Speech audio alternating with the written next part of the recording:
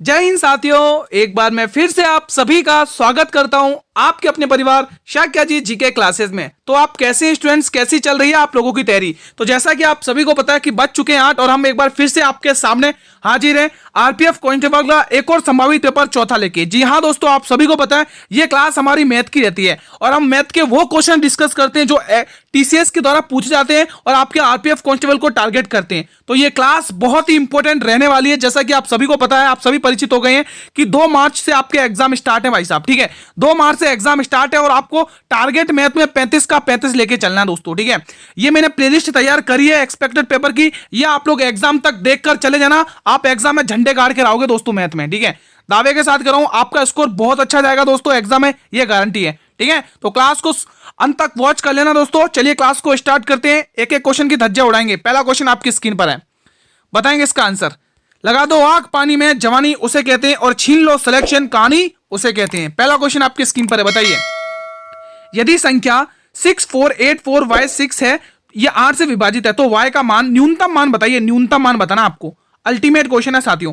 इस क्लास के अंदर मैं पहले से ही बता देता हूं, रेलवे के द्वारा जिस भी एग्जाम में क्वेश्चन पूछे गए वो रखे, यानी कि ग्रुप डी के मिलेंगे, एनटीपीसी के मिलेंगे, आरपीएफ एसआई के मिलेंगे, है ना, कांस्टेबल के मिलेंगे, आरपीएफ के। तो सभी क्वेश्चन बहुत ही इंपॉर्टेंट रहने वाले आप लोगों के लिए। बताइए दोस्तों कैसे करेंगे। जब भी गुरुजी ऐसा क्वेश्चन है तो हमें कैसे करना है। 6 4 8 y 6, ये पूरी संख्या किससे विभाजित है स्टूडेंट? 8 से। और हमें 8 का विभाजिकता का नियम पता है गुरुजी, इसको कैसे करेंगे हमें पता है गुरुजी। ये जो आखिरी के 3 अंक होते ना, वो 8 से विभाजित होने चाहिए। कितने? आखिरी के 3 अंक किससे? 8 से विभाजित होने चाहिए। लेकिन गुरुजी हमें दिमाग में ये भी रखना है, क्योंकि उसने हमें न्यूनतम मान बोला है, तो हम पहले 1 से स्टार्ट करेंगे, क्योंकि सबसे छोटा तो यही है। 1 रख के देखते हैं अपन। y की जगह 816 हो गया, तो कर लो 8 10 80, 8 का नाम। बिल्कुल y बिल्कुल सेटिस्फाई हो गया भाई साहब। पहला ही ऑप्शन बिल्कुल सेटिस्फाई हो गया भाई, पहला ही ऑप्शन। आई होप गाइस कि आपने पहला क्वेश्चन इजीली क्रैक कर दिया होगा। अंत तक बने रहिए, सारे क्वेश्चन आपको ही तोड़ने भाई साहब। ठीक है, निम्न में से निम्नलिखित को साधारण भिन्न में व्यक्त करिए दोस्तों। बहुत ही इंपॉर्टेंट क्वेश्चन है ये क्वेश्चन। आरपीएफ एसआई में डाटा बदल बदल कर न जाने कितनी बार पूछा गया है दोस्तों। ठीक है, आप देख सकते हैं आरपीएफ एसआई का क्वेश्चन है, एग्जाम में पूछा गया। बताइए इसको कैसे करेंगे। गुरुजी ये क्वेश्चन तो आप डेली प्रैक्टिस करा चुके हो, अब ये क्वेश्चन तो हमारे सामने टिकने की इसकी हिम्मत ही नहीं है इस क्वेश्चन की। तो हम आप डेली बता चुके हो, जिसके ऊपर बार नहीं होता उतने हमें नीचे 9 लगाने, जिसके ऊपर बार होते हैं उतने ही हमें 9 लगाने, जिसके ऊपर जिन संख्याओं के ऊपर बार नहीं होते उतने ही हमें नीचे 0 लगाने। देखिए कैसे। गुरुजी ने बताया था पहले का पूरा ऐसा का ऐसा ही छाप दो। गुरुजी ने कहा था ऐसा का छाप दिया, ठीक है। पहले हमने ऐसा का ऐसा ही छाप दिया, ठीक है। अब इधर गुरुजी ने कहा था जिस संख्या के ऊपर बार नहीं है, जितनी संख्या के ऊपर बार नहीं है उतनी संख्या हमें माइनस करनी है। तो 2 संख्याओं के ऊपर बार नहीं है, 16 के ऊपर बार नहीं है, 16 माइनस करना है। और जिन संख्याओं के ऊपर बार है उतने 9 लगाने, जिसके ऊपर बार नहीं है उतने 0 लगाना है। यहां पर दोस्तों बार है 3 के ऊपर, 3 के ऊपर यहां पर बार है, क्या है 3 के ऊपर बार है, तो यहां पर भी 9 आएगा। ठीक है, अब गुरुजी इनको माइनस कर लेंगे, कितना आएगा देख लो, आप घटा लो। अब इसको घटा लो, 9 में से 6 घटाओगे 3 बचेगा, 16 में से 1 घटाओगे 15 बचेगा। और नीचे एलसीएम कितना आएगा? नीचे एलसीएम इनका 900 ही आएगा, 900 ही आएगा। कितना आएगा? 900 आएगा। नीचे एलसीएम कितना आएगा? 900 आएगा। प्लस 9 की टेबल में 900 100 बार आता है, 100 को 3 से गुणा करेंगे 300। देखो ये इक्वेशन तो आप लोग सॉल्व कर लेना। ठीक है, 453 हो जाएगा, 453। और ये कितना है? 900। ठीक है, अब गुरुजी हम इन्हें 3 की टेबल से काट लेंगे तो मजा ही आ जाएगा। ये खुद कह रहा है कि मुझे 3 से टेबल काट लो, क्योंकि मैं 3 का मल्टीपल हूं। 5 और 4 9 3 12।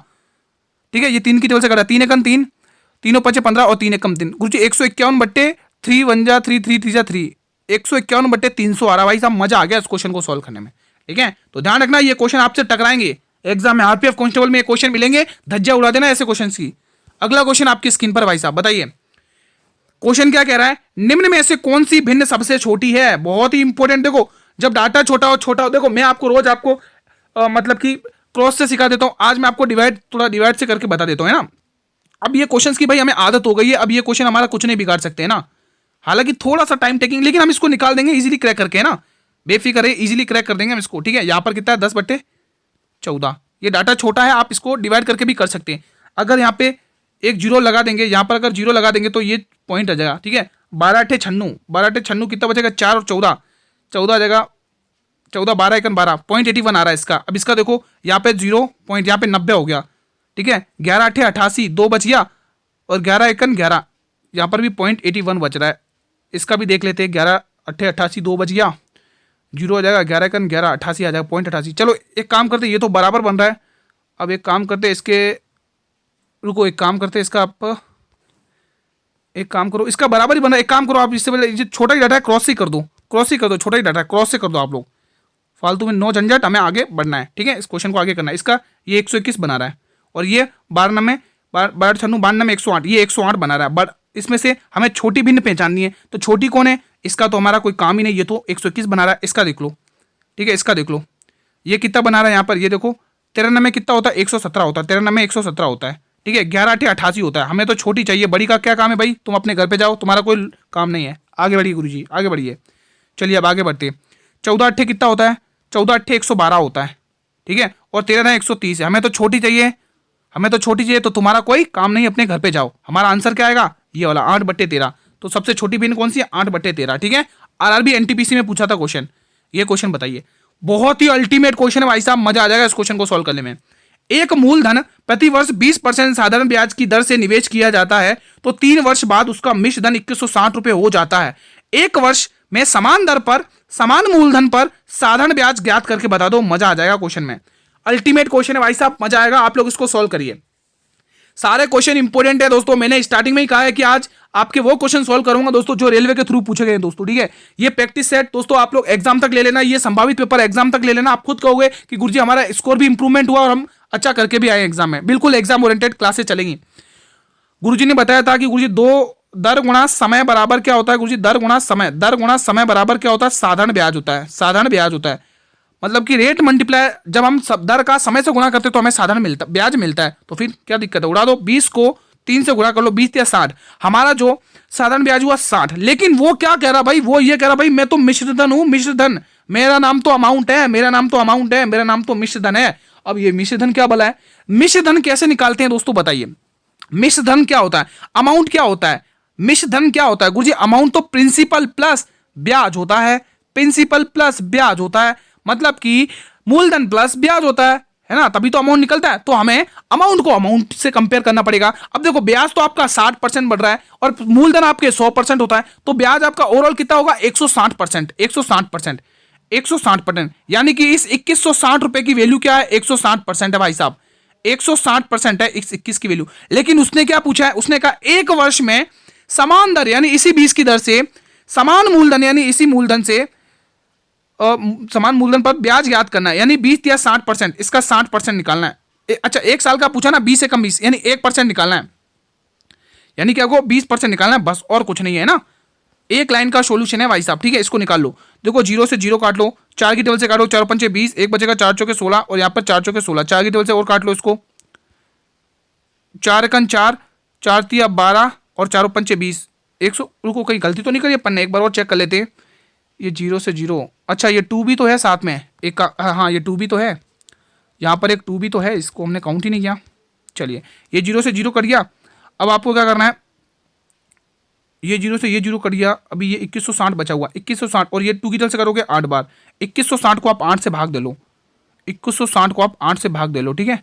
चलिए 8 से भाग दे लेते, कितना बचेगा, 8 दूनी 16, 8 दूनी 16, 4 5 8 7 56 और 1 0, 270 आ रहा है, ठीक है, 270 है। अल्टीमेट क्वेश्चन था भाई साहब, एक बार वापस समझा दूंगा। देखो 20% की दर 3 साल का, 20 या 60, हमारा ब्याज कितना बन रहा है 60%, लेकिन वो कह रहा है ये तो मिश्रधन है, तो मूलधन इसमें प्लस करो 160%, तो ये 160% की वैल्यू दे रखी, 2160 मैंने उसके कंपैरिजन में कर लिया। लेकिन उसने क्या कहा, एक वर्ष का समान दर पर इसी ब्याज की दर पे एक वर्ष का 20 से कम 20 यानी 20%, 20 का और निकालना आपको ब्याज, ठीक है। तो आपका 270 निकला। कोई डाउट हो तुरंत कमेंट बॉक्स में बताइए दोस्तों, डाउट को अपने मन में लेकर नहीं जाना है, डाउट यहीं पर छोड़ना भाई साहब, ठीक है। डाउट अगर रह गया तो भारी पड़ जाएगा आपके पास, है ना। तो एक और क्वेश्चन देख लेते हैं आरपीएफ एसआई का, ठीक है। 2000 रुपए पर 6.25% वार्षिक ब्याज दर पर 11 फरवरी 2023 से लेकर 25 अप्रैल 2023 तक की समय की अवधि के लिए साधारण ब्याज की गणना करें। बहुत ही शानदार क्वेश्चन है गुरुजी। अब इस क्वेश्चन को कैसे करें, यहाँ पे तो फरवरी से अप्रैल, तो क्या बात है दोस्तों, आप अब फरवरी से अप्रैल का ब्याज निकालो। आप सभी को पता है फरवरी 28 की होती है ना, लीप ईयर यानी 28 की होती है। तो आपको फरवरी के 28 में से 11 और निकाल दो, 28 में से 11 और निकाल दो, तो आपको पता चल जाएंगे फरवरी के कितने दिन आपको निकालना है। 11 फरवरी से लेना है ना, 7 यहाँ पर आ जाएगा और 1 यानी 17 दिन फरवरी के लेने, 17 दिन फरवरी के ले लेंगे। और अब मार्च के 31 दिन मार्च के ले लेंगे और 25 दिन हम ले लेंगे किसके, अप्रैल के 25 दिन ले लेंगे, ठीक है। टोटल हमारा यहाँ पे कितना आ जाएगा, 7 और 1 8, 8 और 5 13 की 3 कैरी 1, 3 तो 5 6 और 7, 73 दिन का ब्याज निकालना है ना। तो आप सभी को पता है गुरुजी 2000 रुपये मूलधन है, इस 2000 रुपये पर 6.25 की दर से 6.25, अब ये पॉइंट को हटाओगे तो नीचे 2 जीरो आ जाएंगे, ये पॉइंट यहाँ से उड़ गया, पॉइंट यहाँ से उड़ गया। अब यहाँ पे 73 का हमें निकालना है। अब 73 महीने, 73 दिन, दिन को आप साल में बदल लो, 365 से गुणा कर लो, 365 से भाग कर लो, और यहाँ पर फॉर्मूले का 100 लिख लो। ठीक है, फॉर्मूले का 100 लिख लो, बस अब निकाल दो क्वेश्चन को। अब बस काटाकूटी कर लो, बस क्वेश्चन सॉल्व हो जाएगा। देखो 2 जीरो से यहाँ 2 जीरो गए, 2 जीरो से 2 जीरो, 1 जीरो से ये 1 जीरो गया। ठीक है, 73 की टेबल से 73, 5 से 15, 55, ये 5 बार जाएगा। ठीक है, अब आप इसको काट लो, 2 की टेबल से काटोगे 5 बार जाएगा। ठीक है, अब इसको आप काट लो 5 की टेबल से, 5 5 25, 25 की टेबल से काट लो, ये 25 बार जाएगा। यानी कि आंसर आपके 25 रुपये आया भाई साहब, मजा आ गया, क्वेश्चन बहुत ही शानदार। अच्छा, यहाँ पे दो ऑप्शन 26 हो गया, कोई बात नहीं, हम इसे 25 कर लेते हैं। ठीक है, तो आपका जो डी आंसर बिल्कुल सही जाएगा। बहुत ही शानदार क्वेश्चन था। अगला क्वेश्चन साथियों, एग्जाम तक ये सीरीज ले लेना। मैंने आपके 2 प्लेलिस्ट बनाई है, उन 2 प्लेलिस्ट के लिए मैं मैथ के अभी फिलहाल सॉल्व करा रहा हूँ, क्योंकि मैं जीके जेएस का बहुत पढ़ा चुका हूँ, क्योंकि बच्चों बहुत मैथ में थोड़े मेरे स्टूडेंट डीप हैं, तो आप इसको क्वेश्चन आप इजीली कर सकते हैं ना, ये एग्जाम तक ये सीरीज ले लेना। अब ऐसे क्वेश्चन कैसे करें गुरुजी, समानुपात वाला कैसे करें, ये तो आपने बताया नहीं अभी तक। तो बिल्कुल आपको एक्स का मान निकालना है ना, तो आपको कैसे करें, देखो एडी माइनस बीसी। अब यहाँ पर एडी था, एडी को प्लस कर दो, एडी प्लस हो जाएगा अब यहाँ पे, और बीसी प्लस हो जाएगा। बस ये फॉर्मूला लगा लो भाई साहब, मजा आ जाएगा। अब आपको सभी को पता है कि गुरुजी 11 ए है, 41 बी है, 12 सी है और 44 डी है। चलो फोड़ लो, उसने क्या, ए और डी का गुणा करो, ए और डी का गुणा करोगे कितना आएगा, 11 चौके 44 की 4 आएगा, कैरी 4, 11 चौके 44 और 4 48, ये आ गया 484 माइनस। अब गुरुजी वो कह रहा है बी और सी का करो, बी और सी तो ये रे, बी और सी तो ये रे। अब कर लो इसका माइनस, 12 कन इसको भी कर लो, 12 कन 12, 12 का 2 कैरी 1, 12 चौके 48 1 49, ये ऐसा आ रहा है ना। 11 चौक 44 का 4 कैरी 4, 11 चौक 44 4 48। ठीक है, 12 कन 12 का 2 कैरी 1, 12 चौक 49। अब आपको ये माइनस करना है एडी और बीसी। ठीक है, अब आपको ये माइनस करना है और नीचे इधर क्या आएगा, इधर प्लस करना है इन दोनों को। अब 11 और इसको प्लस करो, 44 को, 4 और 1 5, 4 और 1 5 या 55, यहाँ पर करो माइनस, यहाँ पर देख लो बी और सी को प्लस करो, कर लो 2 और 1 3, 4 और 1 5, ये 53 आ गया। तो नीचे तो आपको सभी को पता चल रहा है कि 2 बच रहा है, ऊपर कितना बच रहा है, प्लस माइनस कुछ भी है उससे कोई लेने देने, खाली आप माइनस करके देखो। तो यहाँ पे 6 और 2 8 बच रहा है, 8 बच रहा है, तो इसका आंसर आएगा 4। एक्स का मान पता चल गया 4, तो इसमें 4 जोड़ा जाना चाहिए, तब ये जाके समानुपाती होगी। दोस्तों बहुत ही शानदार क्वेश्चन था, कुछ नहीं है दोस्तों, फॉर्मूला बेस्ड है ये क्वेश्चन, ये फॉर्मूला दिमाग में बिठा लो, ये फॉर्मूला नोट कर लो और आप इसको सॉल्व कर जाओगे। ठीक है दोस्तों, ऐसा क्वेश्चन आपके एग्जाम में आएगा दोस्तों। ठीक है, ऐसे क्वेश्चन आपके एग्जाम में आएंगे। आरआरबी एनटीपीसी में पूछा था ये क्वेश्चन, बताइए आपको कुछ नहीं करना है, उसका लघुत्तम समापवर्तक ज्ञात करना है, एलसीएम, यानी कि एलसीएम। गुरुजी एलसीएम का केस तो आपने बताया नहीं, तो मैं आपको बता देता हूं। एलसीएम में दोस्तों बड़ी से बड़ी पावर लेनी है। मैंने क्या कहा, रिपीट करो मेरी बात को, मैंने कहा कि एलसीएम के केस में गुरुजी हम बड़ी से बड़ी पावर लेंगे, और एचसीएफ यानी महत्तम समापवर्तक के केस में हम छोटी से छोटी पावर लेंगे इसमें। ठीक है, तो मुझे इसमें 2 की पावर यहाँ पे 4 है और यहाँ पे 2 की पावर 2 है, तो मैं किसको प्रीफर करूंगा, मैं प्रीफर करूंगा 2 की पावर 4, और 2 की पावर 4 से स्टार्ट होने वाला एक ही ऑप्शन है गुरुजी, मैं डी को ठोक कर आगे बढ़ूंगा दोस्तों। गुरुजी मैं तो डी को ठोक कर आगे बढ़ जाऊंगा, क्योंकि मुझे तो डी ऑप्शन में ही दिख रहा है। आगे हम क्यों सॉल्व करें भाई, क्यों टाइम वेस्ट करें, क्योंकि हम तो कंपटीशन दे रहे हैं, है ना, तो कंपटीशन में टाइम वेस्ट करना मना है ना। 3 की घात 4 है और 3 की घात 6, तो मैं तो 3 की घात 6 लूंगा यहाँ पे, क्योंकि मुझे तो बड़ी से बड़ी पावर चाहिए ना। यहाँ पे 5 की घात 3 है, यहाँ पे 5 की घात 5 है, तो मुझे तो 5 की घात 5 चाहिए। अब बचा क्या, 7 की घात 2, बस हो गया काम, हो गया सॉल्व।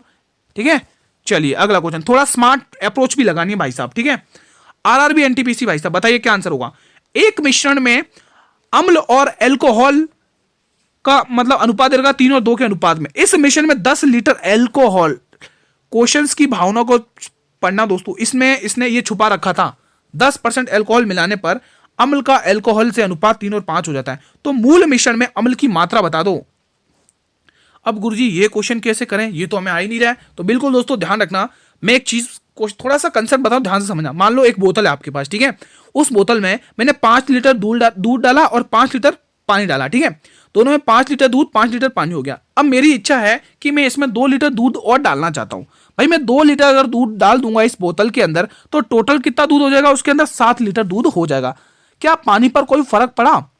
आप भाई दूध मिला रहे हो, क्या पानी पर कोई फर्क पड़ा? पहले भी 5 लीटर था, अभी भी 5 लीटर है। मतलब कि यहां से हमें इस ज्ञान की प्राप्ति हुई है कि कोई भी चीज मिलाई जा रही है तो दूसरी चीज हमेशा कांस्टेंट रहेगी, उसमें कोई फेर बदलाव नहीं होगा। अगर उसमें फेर बदलाव हो गया तो हम भी फेर बदलाव करेंगे। ठीक है, चलिए अब इस क्वेश्चन को फोड़ते हैं।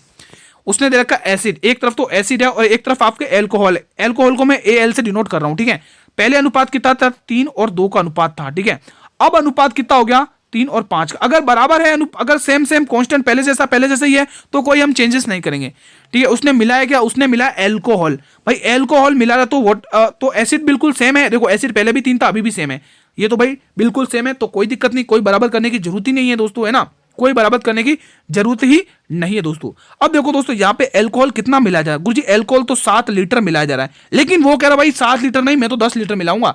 तो इस 7 लीटर की वैल्यू 10 लीटर है, तो आप इसको कैसे करेंगे, 10 का मान 7 का मान 10 है। अब वो क्या कह रहा है वो सुनिए, वो ये कह रहा है भाई आप जो भी करना है वो करो, मुझे तो मेरे मूल मिश्रण में अम्ल की मात्रा बता दो। मूल मिश्रण में अम्ल की मात्रा तो 3 है, यानी कि हमें 3 से पूछा है, तो आप इसको सॉल्व कर लो। यहां पर कितना आएगा, 10 या 30 को 7 से भाग कर लो कितना रहा, 7 चौके 28, 7 चौके 28, 2 बचेगा, पॉइंट में आ रहा है। अरे रुको कुछ गलती हुई क्या, रुको 1 मिनट, यहाँ पे गलती हुई है, 1 मिनट, यहाँ पे 7 लीटर मिलाया जा रहा है ना, यहाँ पर तो 3 लीटर मिलाया जा रहा है। हाँ मैंने 7 कहाँ लिख दिया, माफी चाहता हूँ दोस्तों, यहाँ पर 3 लीटर बनाया जा रहा है, यहाँ पर 3 लीटर मिलाया, मैंने 7 लीटर लिखा, यहाँ 3 लीटर मिलाया, 3 लीटर मिलाया, कितना 3 लीटर, वो कह रहा है 7 लीटर, तो 7 की वैल्यू 3 दे रखी है, और मुझे खाली किसकी वैल्यू पूछी है, मूल मिश्रण में इस 3 की मान पूछा है ना, ठीक है, इस 3 का ही मान पूछा, यहाँ 10 लीटर, ठीक है। तो आप काटापुटी कर लो, 3 से ये 3 गया, मूल मिश्रण में 10 लीटर क्या है, अम्ल की मात्रा थी दोस्तों। बहुत ही इजी क्वेश्चन था, कोई दिक्कत की बात नहीं थी, एनटीपीसी में पूछा गया था। ये बताइए, ए किसी काम को 40 दिन में, बी उसी काम को 50 दिन में कर सकता है। यदि दोनों बारी बारी से एक दिन काम करें तो पूरा काम कितने दिन में समाप्त हो जाएगा। भाई साहब बहुत ही अल्टीमेट क्वेश्चन है गुरुजी, ऐसा क्वेश्चन तो हमारे हमेशा गलत होता है, इसको कैसे करें। तो बिल्कुल बहुत ही शानदार कंसेप्ट बताऊंगा, आप लोग भी कहोगे गुरुजी मजा आ गया, बिल्कुल एक बार में समझाने में हमारे दिमाग में क्रैक कर गया। कैसे बताएंगे, देखो पहले गुरुजी आप तो बस क्षमता निकलवा दो, काम कर देंगे हम। ए 40 दिन में काम करता है, बी काम करता है उसी काम को 50 दिन में, बी उसी काम को गुरुजी 50 दिन में करता है। अब गुरुजी टोटल हमें काम वही एज्यूम करना है, वही काम मानना है जो इन दोनों नंबर को विभाजित कर दे। तो 50 और 40 का एलसीएम ले लो, तो कितना आएगा, 5 दूनी 10, 5 15 5 20, यानी 200, यानी टोटल वर्क गुरुजी 200 है। जब 200 टोटल वर्क है तो ए कह रहा है मैं कितने 5 घंटे में करूंगा, मैं इसको 5 घंटे, ए की क्षमता 5 घंटे आ रही है। ए की क्षमता कितनी आ रही है स्टूडेंट, ए की क्षमता 5 आ रही है, क्योंकि मैंने 40 को 200 से डिवाइड किया, ठीक है। अब 50 को 200 से डिवाइड कर लो, 5 चौके 20। वो बी कह रहा है मेरी क्षमता 4 है इस काम को करने की, ठीक है भाई मैंने आपकी क्षमताएं मान ली। अब वो कह रहा है वे यदि दोनों बारी बारी से एक दिन काम करें, यानी पहले ए आएगा फिर बी आएगा, फिर ए आएगा फिर बी आएगा, फिर ए आएगा फिर बी आएगा, ये प्रोसेस तो चलती जा रही है। क्यों ना मैं इनका 2 दिन का काम निकाल दूं, मेरे लिए बेटर रहेगा। तो 2 दिन का काम निकालो, इनके 2 दिन का काम निकाल लो। इनके 2 दिन में ये कितना काम करेंगे, 5 और 4 9, ये 9 काम करेंगे। कितना, 5 और 4 9 काम करेंगे, ठीक है। लेकिन टोटल काम तो 200 है, तो मैं इस 9 के साथ ऐसा कितना मल्टीप्लाई करूं कि मैं 200 के नजदीक पहुंच जाऊं। तो कैसे कर सकते हैं, 22 नंबर कितना होता है, 9 दूनी 18, 9 दूनी 18 19, 22 नंबर 198 होता है ना, 22 नंबर 198 ही होता है ना, करके देख लो, 22 नंबर 198, 9 दूनी 18 के 8 करीबन 9 दूनी 18 19, हाँ 22 नंबर 198 होता है। 22 नंबर कितना होता है स्टूडेंट्स, 22 नंबर 198 होता है। तो मैं इसके पास नजदीक पहुंचूंगा 22 से गुणा करके।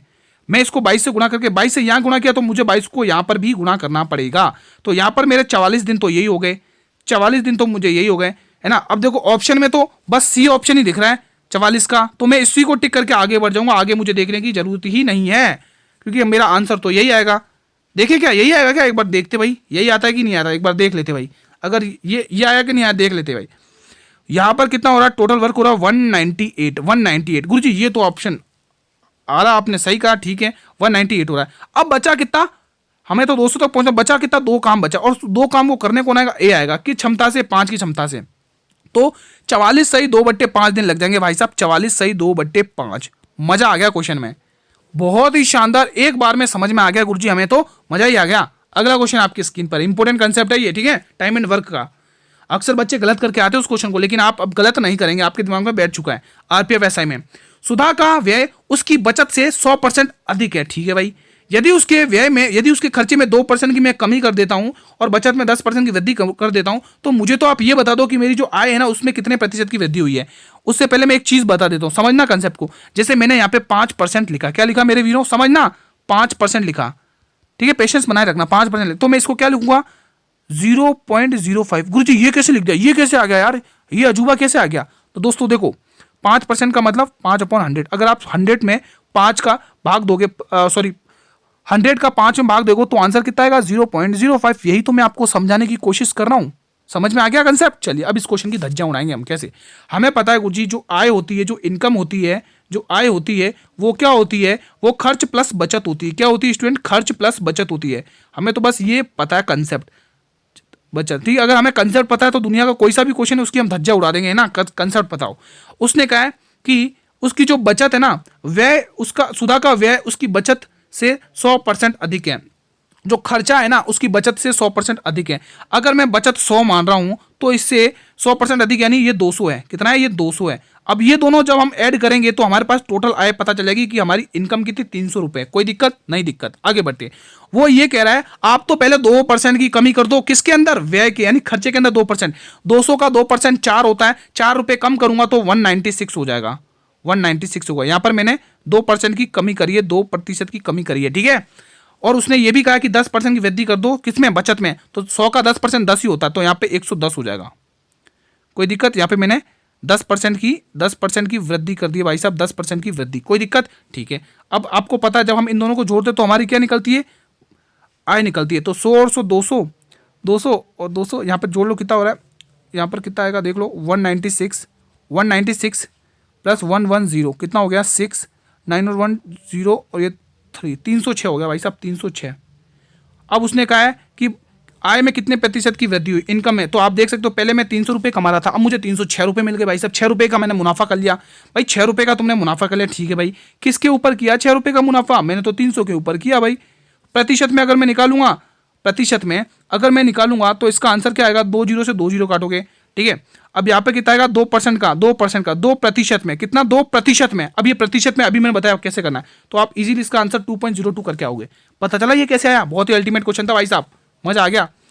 एक बेईमान विक्रेता दावा करता है कि भाई मैं अपने सामान को क्रय मूल्य पर बेचूंगा, लेकिन वो 1000 ग्राम की जगह 812 का वाट तोल रहा है, तो उसका लाभ प्रतिशत दशमलव में बताना है दोस्तों। आरपीएफ एसआई में क्वेश्चन पूछा कि आप देख सकते हैं, और बेईमान दुकानदार से आपके लिए क्वेश्चन आएगा। अब देखो दोस्तों, एक ही कंसेप्ट बताऊंगा, दिमाग में बिठाकर रखना, हमेशा ध्यान रखना। सेलिंग प्राइस में हमेशा 1000 ग्राम आएगा। मैंने क्या कहा? हमेशा ध्यान रखना, सेलिंग प्राइस में हमेशा 1000 ग्राम या प्रॉफिट आएगा। ठीक है। अब उसने देखो, ग्राहक ने बोला है कि मैं अपना जो सामान है वो किसके? विक्रेता दावा क्रय मूल्य के ऊपर बेचना चाहता है। किसके ऊपर? क्रय मूल्य के ऊपर बेचना चाहता है। लेकिन 1000 ग्राम की वजह, मतलब कि उसने कितने सामान बेचा? 1000 ग्राम की वजह से। लेकिन हमें एक्चुअल में मिला कितना? 812 ग्राम। 812 ग्राम। हम तो खुश हो गए कि हमने 1000 ग्राम का सामान ले लिया, हम तो बड़े खुश होकर घर पर चले गए। लेकिन उसने तो गड़बड़ कर दी ना, उसने तो 812 का ही सामान दिया, है ना। और ग्राहकों को तो बताया कि भाई मैंने तो 1000 ग्राम दिया आपको, है ना। लेकिन यहीं पर तो उसने घाटा कर दिया। मैं इसको 4 की टेबल से काट लूंगा। 4 दूनी 8 होता है और 4 तिया 12 होता है। 4 की टेबल से काटूंगा 250 बार जाएगा। 4 की टेबल से काटूंगा 250। अब मुझे साफ साफ दिख रहा है गुरुजी, उसने तो मेरे साथ 47 रुपए की क्या कर लिया? 47 रुपए का घाटा कर लिया है। किसके ऊपर? 203 के ऊपर। तो गुरुजी 100 के ऊपर अगर मैं देखना चाहूं तो ये 4700 बट्टे 209 हो जाएगा। तो मैं क्या करूंगा? 4700 को 203 से भाग दे दूंगा। यहां पर 47 को 203 से भाग दे दूंगा। कितना आ रहा देख लो, 200 चौके 200 दूनी, हाँ 2 बार कर लो। ये कितनी बार जाएगा? 2 बार देख लो। 2 बार 3 दूनी 6 और 2 0 या 0 और 2 दूनी 4। तो ये इतनी बार गया। कितना आया? 4 आया, ये 6 आया। ठीक है। अब ये 64 आया। अब ये लगभग 3 बार जाएगा, यानी 23 के समथिंग आएगा आंसर पॉइंट में। 10 नंबर के स्थान पर 23 आएगा। 23 पॉइंट यहाँ पे लिख देता हूँ, 23.15 is the right answer of this question. मजा आ गया इस क्वेश्चन को सॉल्व करने में। अगला क्वेश्चन ये बताइए दोस्तों, दो संख्याओं का लघुत्तम समापवर्तक 78 है और महत्तम समापवर्तक 13 है, तो यदि उनमें से एक संख्या 26 है तो दूसरी संख्या ज्ञात करिए। गुरुजी इनकी तो हमें आदत हो गई है, इन क्वेश्चन की तो हमें अब आदत हो गई गुरुजी। अब हम इसका डायरेक्ट आंसर क्या टिक करेंगे? 2 3 6 और 2 9 18 39 टिक करके हम आगे बढ़ जाएंगे। अब इन्हें तो आप इतनी प्रैक्टिस करवा चुके हैं कि इनकी बस हमें आदत हो गई। अब हमें इनमें ना पेन चलाएंगे ना पेंसिल चलाएंगे, ऐसे ही फूक मार के उड़ा के आ जाएंगे, है ना। कब आदत कैसे बनी? आदत ऐसे बनी गुरुजी जब हमें यह पता है कि दो संख्याओं का गुणनफल उनके लैसे और मैसे के गुणनफल के बराबर होता है। The product of two number multiplication is equal to the product of their LCM and HCF. ठीक है। हाँ, अब हमें एलसीएम और एचसीएफ तो दे रखा है, कितना? 78 दे रखा है और 13 दे रखा है। चलो ठीक है, 78 और 13 दे रखा है। उसमें से एक संख्या उसने 26 दे रखी, उसने बोला मैंने तो एक संख्या दी, आप मेरी इस दूसरी वाली संख्या को निकाल के बताओ तो मैं मानूं। क्या कोई बड़ी बात है? बिल्कुल हम निकाल देंगे इसको। ये 13 की टेबल से 2 बार और 2 की टेबल से 39 बार, 39 दूनी 78 होता है। 2 3 अच्छे, 2 9 18, बिल्कुल है ना। तो आप ऐसे इजीली कर सकते हो दोस्तों, है ना। फूक मार के ऐसे उड़ाओगे जब आपको कंसेप्ट पता हो। चलिए बताइए, आरआरबी एनटीपीसी में पूछा था क्वेश्चन। अब इस क्वेश्चन की क्या औकात है हमारे सामने टिकने की? फोड़ दो इस क्वेश्चन को जल्दी से। लेकिन छोटे क्वेश्चन को भी अक्सर बच्चे गलत कर देते भाई साहब, ठीक है। ये 0 से 0 कट जाएगा, 8 चौके 32 हो जाएगा, और यहाँ 9 पंचे 45 हो गया, 9 पंचे 5 और 9 5 14, 14 और 8 चौक 32, 14 और 32 कितना हो गया? 14 और 32 जोड़ लो, यहाँ पे ये सही नहीं हुआ, ठीक है। यहाँ पर कितना हो गया? 14 प्लस 32 जोड़ लो, बस 14 प्लस 32 कितना हो रहा है? 14 प्लस 32 कर लो, ठीक है। 4 और तो 6, 3 और 1, 4 और 6, 3 और 1 4, 46 हो रहा है, ठीक है। तो किस ऑप्शन में? बी ऑप्शन में। अगला क्वेश्चन देख लेते हैं। अब आया अल्टीमेट क्वेश्चन, आज का क्वेश्चन ऑफ द डे, आज का क्वेश्चन ऑफ द डे, आज का क्वेश्चन ऑफ द डे, आज का क्वेश्चन ऑफ द डे। ये रेलवे का इतना फेवरेट क्वेश्चन है दोस्तों। NTPC, group D, JE, ALP सब में एग्जाम में पूछा गया, इवन आरपीएफ एसआई में भी पूछा गया है। मैं आपको प्रूफ दिखाऊंगा, इसीलिए मैंने पहले ग्रुप डी का क्वेश्चन रखा है। आपको ये एनालाइज कराऊंगा कि एनटीपीसी का क्वेश्चन ग्रुप डी में, ग्रुप डी का क्वेश्चन एनटीपीसी में, और ग्रुप डी का क्वेश्चन आरपीएफ एसआई में, आरपीएफ एसआई का क्वेश्चन एनटीपीसी में। रेलवे है भाई, रेलवे इधर से उधर क्वेश्चन करती है। अभी मैं आपको प्रूफ बताऊंगा, पहले इस क्वेश्चन की धज्जा उड़ाते हैं। और इसको करने का एक इतना शॉर्टकट तरीका बताऊंगा ना, आप कहोगे गुरुजी मजा आ गया। 2 तरीके बताऊंगा, 2 जो आपको अच्छा लगे वो आप कर लेना। देखो, एक वस्तु को उसके मूल विक्रय मूल्य के 7/12 पर बेचने पर मानव को 16% की हानि होती है। यदि वो इसे मूल विक्रय मूल्य के 80% पर बेचता है तो प्रतिशत लाभ बताइए। बहुत ही इंपॉर्टेंट, अगर आप आरपीएफ कांस्टेबल का एग्जाम दे रहे हो तो इस क्वेश्चन को जरूर पढ़ के जाना, एग्जाम में आएगा, ठीक है। माना मैंने मूल विक्रय मूल्य मैंने 12 मान लिया, ये जो टोटल नीचे दे रखा वही मैंने मान लिया मूल विक्रय मूल्य। पहले मैं बेसिक से बताऊंगा, फिर इसकी क्वेश्चन की धज्जा उड़ा के बताऊंगा कैसे उड़ानी है शॉर्ट में। मूल विक्रय मूल्य मेरा तो 12 रुपए है भाई साहब, 12 रुपए। अब क्वेश्चन को आगे बढ़ाते हैं। क्वेश्चन कह रहा है कि ऐसे करने पर, मूल विक्रय मूल्य के करने पर उसको 16% की हानि हो रही है। कितने परसेंट की? 16% की हानि हो रही है। मतलब 7 रुपए की चीज थी, 7 रुपए की चीज पर उसको 16% की हानि हो रही है। 16% यानी 100% वैल्यू होती है, 16% की हानि हो गई, तो उसने सामान 84% पर बेचा है। तो यहां पर साफ साफ पता चलेगा गुरुजी मुझे तो यहां पे 12% का, ये 12 गुना हो रहा, 12 गुना। अब उसने क्या कहा, ध्यान से पढ़ना, यदि वो इसे मूल विक्रय मूल्य के, ये लाइन पढ़ो, मूल विक्रय मूल्य तो हमारा 12 है, मूल विक्रय मूल्य के 80% यानी 12 का 80%, यहां पर निकाल रहा हूं 12 का 80% तो 9.6 होगा। 12 पॉइंट का 80% निकाल दो, 12 का 80% निकाल लो, 9.6 ही होगा दोस्तों, भली करके देख लो। 20 चौके 80, 20 पंचे 100, 12 चौक 48, 48/5, 48/5 का मतलब क्या होता है? 5 9 45 यानी 9.6, ठीक है। 8 8 48, 5 और 40, 8 40 आएगा, 5 अंक 30, 9.6 होगा, ठीक है। अब आपको पता, मुझे तो अब 9.6 होगा, क्या होगा? 9.6 होगा। अब मैं इसको थोड़ा सा रफ कर रहा हूँ यहाँ से, ठीक है। अब यहाँ से रफ कर रहा हूँ, यहाँ की वैल्यू आपको पता चलेगी कितना आएगा, ठीक है। यहाँ की वैल्यू पता चलेगी 9.6 आएगा, कितना आएगा? 9.6, ठीक है। अब देखो, अब आपको क्या निकालना है? 80, अच्छा, तो उसे लाभ होता है 80% पर बेचता है तो उसे प्रतिशत लाभ ज्ञात करना। मूल विक्रय मूल्य के 80% पे बेचता है तो आपको उसका प्रतिशत ज्ञात करना है दोस्तों, ठीक है, ठीक है। तो अब आपको क्या करना है, यहां पर देखिए, अब उसने मूल विक्रय मूल्य तो 9.6 का भी आप लोग क्या करेंगे? 12 गुना करेंगे। इसका भी आप लोग 12 गुना करेंगे। आंसर आपके कदमों में। बहुत ही अल्टीमेट कंसेप्ट है, रेलवे का फेवरेट टॉपिक के क्वेश्चन है भाई साहब, छोड़ना मत इसको। 12 अंक 72 का 2 कैरी 7, ठीक है। 12 नंबर 108, 108 में 7 जोड़ेंगे 115, 115.2, 115.2। गुरुजी आंसर तो 115.2 आ रहा है, लेकिन 115.2 है ही नहीं। थोड़ा दिमाग लगाएंगे दोस्तों, अपने आप आंसर निकलेगा। कैसे गुरुजी? क्योंकि ये हमें पता है गुरुजी, हमारा जो सीपी होता है गुरुजी वो 100% होता है, 100%, और हमारा प्रॉफिट तो 115% दो आ गया। तो अगर मैं इसमें से प्रॉफिट को निकाल दूंगा, तभी वही तो पूछा है, तो 15.2 आप टिक करके आगे बढ़ेंगे भाई साहब। मजा आ गया भाई साहब, दिल खुश हो गया, आत्मा प्रसन्न हो गई। अब इसका शॉर्ट तरीका बताता हूं। देखो शॉर्ट तरीका देखो कैसे करना, धज्जा कैसे उड़ाओगे। उसने कहा 7 बटे बेचने पर 16% की हानि, कितने की? 16% की हानि की, यानी कि आपने सामान को 84 में बेचा, यानी 100% की हानि, 16% निकाल देंगे तो 84% बचेगा। कितने पे बेचा है? अब यहां पर ध्यान है, उसने बोला 7/12, कितने बोला? 7/12, लेकिन आपको 12/7 लिखना, उल्टा करना है, और उसे मूल विक्रय मूल्य के 60% पर बेचा है, बस।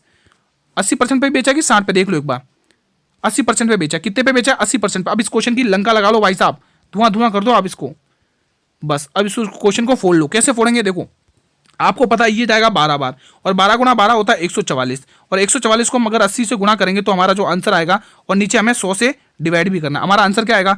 निकालो। 8 चौक 32 की 2, जीरो तो जीरो लगाई थी, 8 चौक 32 तो कही 3, 14 14 8 112 और 115 और नीचे क्या है ये 100। बस जैसी आपकी इच्छा है वैसे निकालो भाई साहब, ये आ गया 115.2। और सीपी आपका कितना होता है, सीपी तो 100% होता है। जैसी आपकी इच्छा, जैसी आपकी इच्छा वैसा निकालो भाई साहब, मजा आ गया। अगर आपको ये समझ में आया ना तो इस क्वेश्चन को आप लोग होमवर्क में करके बताएंगे। आरपीएफ एसआई का क्वेश्चन देखो दोस्तों, आप देख सकते हो आरपीएफ एसआई में क्वेश्चन पूछा गया। आरपीएफ एसआई में मैंने आपको प्रूफ बताया है ना, तो अब आप ये तो कह ही नहीं सकते गुरुजी आप मुझे ग्रुप डी के क्वेश्चन क्यों समझा रहे हो। प्रूफ पता चला ना, ये ले लेगा फेवरेट टॉपिक क्वेश्चन है भाई साहब, ठीक है। इसकी भी हम शॉर्ट के माध्यम से इसकी धज्जियां उड़ा देंगे। कैसे, उसने 90% 19% की यानी उसने 81% पे सामान बेचा और 3/8 हम इसकी दिशा चेंज कर देंगे, 8/3 कर देंगे। और उसने 60% के मूल पर बेचा, 60% के मूल पर बेच देंगे। अब इस क्वेश्चन को मैं ट्रिक से उड़ा रहा हूं, ठीक है। अब देखो ये जाएगा 27 बार और 27 को आपको 8 से गुणा करना है, 27 को आपको 8 से गुणा करना है, ठीक है। 27 को आपको 8 से गुणा करना है, तो कर लो। 8 और 7 56 का 6 कैरी 5, 8 दूनी 16 और 16 में 5 जोड़ोगे 216 और गुणा 60 कर लोगे और डिवाइड 100 कर लोगे, ठीक है। डिवाइड 100 कर लोगे, ठीक है। कर लो इसको गुणा, पहले 0 का 0 लगा दो। 6 चंग 36 की 6 कैरी 3 आएगा, 6 कं 6 3 9 और 6 दूनी 12, 129 पॉइंट अपॉन 100। अब इसको आप सभी को पता है गुरुजी, एक 0 से ये गिरा, यहाँ पर आएगा 129.9, 129.6। अब हमें पता है गुरुजी सीपी तो हमारा 100% होता है, सीपी तो हमारा 100% होता है, उसमें से प्रॉफिट हो गया 129, तो हमें पता चल गया 29.6 इस परफेक्ट का परफेक्ट आंसर आ गया भाई साहब, परफेक्ट आंसर आ गया। और कौन सा है 29.6। आत्मा खुश हो गई इस क्वेश्चन को देख के, मजा आ गया भाई साहब, बहुत अल्टीमेट क्वेश्चन था। इस क्वेश्चन को पढ़े बिना मत जाना, एग्जाम में बहुत ही इंपॉर्टेंट है, ठीक है। तो आज की क्लास को यही इस क्वेश्चन के साथ वाइंड अप करेंगे। क्लास कैसी लगी, कंटेंट कैसा लगा, कैसा रहा आप लोगों का रिवीजन, एक प्यारा सा कमेंट बॉक्स में कमेंट करेंगे भाई आज का रिवीजन कैसा रहा। आज की क्लास में मजा आ गया भाई साहब, ठीक है। अगर सेशन पसंद आया तो सेशन को बिना लाइक करे मत जाना दोस्तों, बहुत मेहनत लगती कंटेंट बनाने में आप लोगों के लिए, तो एक लाइक तो बनता है दोस्तों आपने, तो ठीक है, एक लाइक तो बनता है। और जितना हो सके स्टूडेंट इस क्लास को शेयर करिए, आपके सभी भाई बहनों या मित्रों तक इस क्लास को पहुंचाइए दोस्तों। अल्टीमेट क्वेश्चंस हैं भाई एग्जाम में, ये क्वेश्चंस एग्जाम में आएंगे, ठीक है। एग्जाम तक आप लोग ये सीरीज ले लेना, धज्जियां उड़ाकर आओगे पेपर में, ये गारंटी है दोस्तों, ठीक है। अगर आप चैनल पर पहली बार विजिट करें, क्लास को पहली बार वॉच करें, तो एक बार चैनल को सब्सक्राइब कर लेंगे सभी स्टूडेंट्स और बेल नोटिफिकेशन को प्रेस कर लेंगे, ताकि मैं जब भी नई क्लास लेके आऊं तो यूट्यूब सबसे पहले नोटिफिकेशन आपको ही प्रेफर करेगा। अब बात होती है गुरुजी इसका पीडीएफ कहां पे मिलेगी रिवीजन के लिए, तो साथियों इसकी पीडीएफ आपको मेरे टेलीग्राम ग्रुप पर मिल जाएगी। अगर आप इसकी पीडीएफ चाहते हैं, पीडीएफ के माध्यम से गुरुजी रिवीजन करना चाहते हैं, तो पीडीएफ आपको मिलेगी हमारे टेलीग्राम ग्रुप पर। टेलीग्राम ग्रुप का नाम भी हमारे वही है, शाक्या जी जीके क्लासेस। आप टेलीग्राम ग्रुप पर जाकर भी सर्च कर सकते हैं कि शाक्या जी जीके क्लासेस, हमारा टेलीग्राम ग्रुप आपके सामने आएगा और आपका वहां से आपको पीडीएफ डाउनलोड करनी है और रिवीजन करना है, ठीक है। बाकी मैंने इसका लिंक वीडियो के डिस्क्रिप्शन बॉक्स में दिया हुआ है, ठीक है। तो कल हम इसी टाइम पर मिलेंगे दोस्तों 8 बजे एक और नई शानदार सेशन के साथ, एक और नए धमाकेदार संभावित पेपर के साथ, एक और नए जोश के साथ। तब तक मेरे वीरों, जय हिंद, जय भारत, वंदे मातरम। धन्यवाद दोस्तों, मेहनत करते रहिएगा दोस्तों, ठीक है।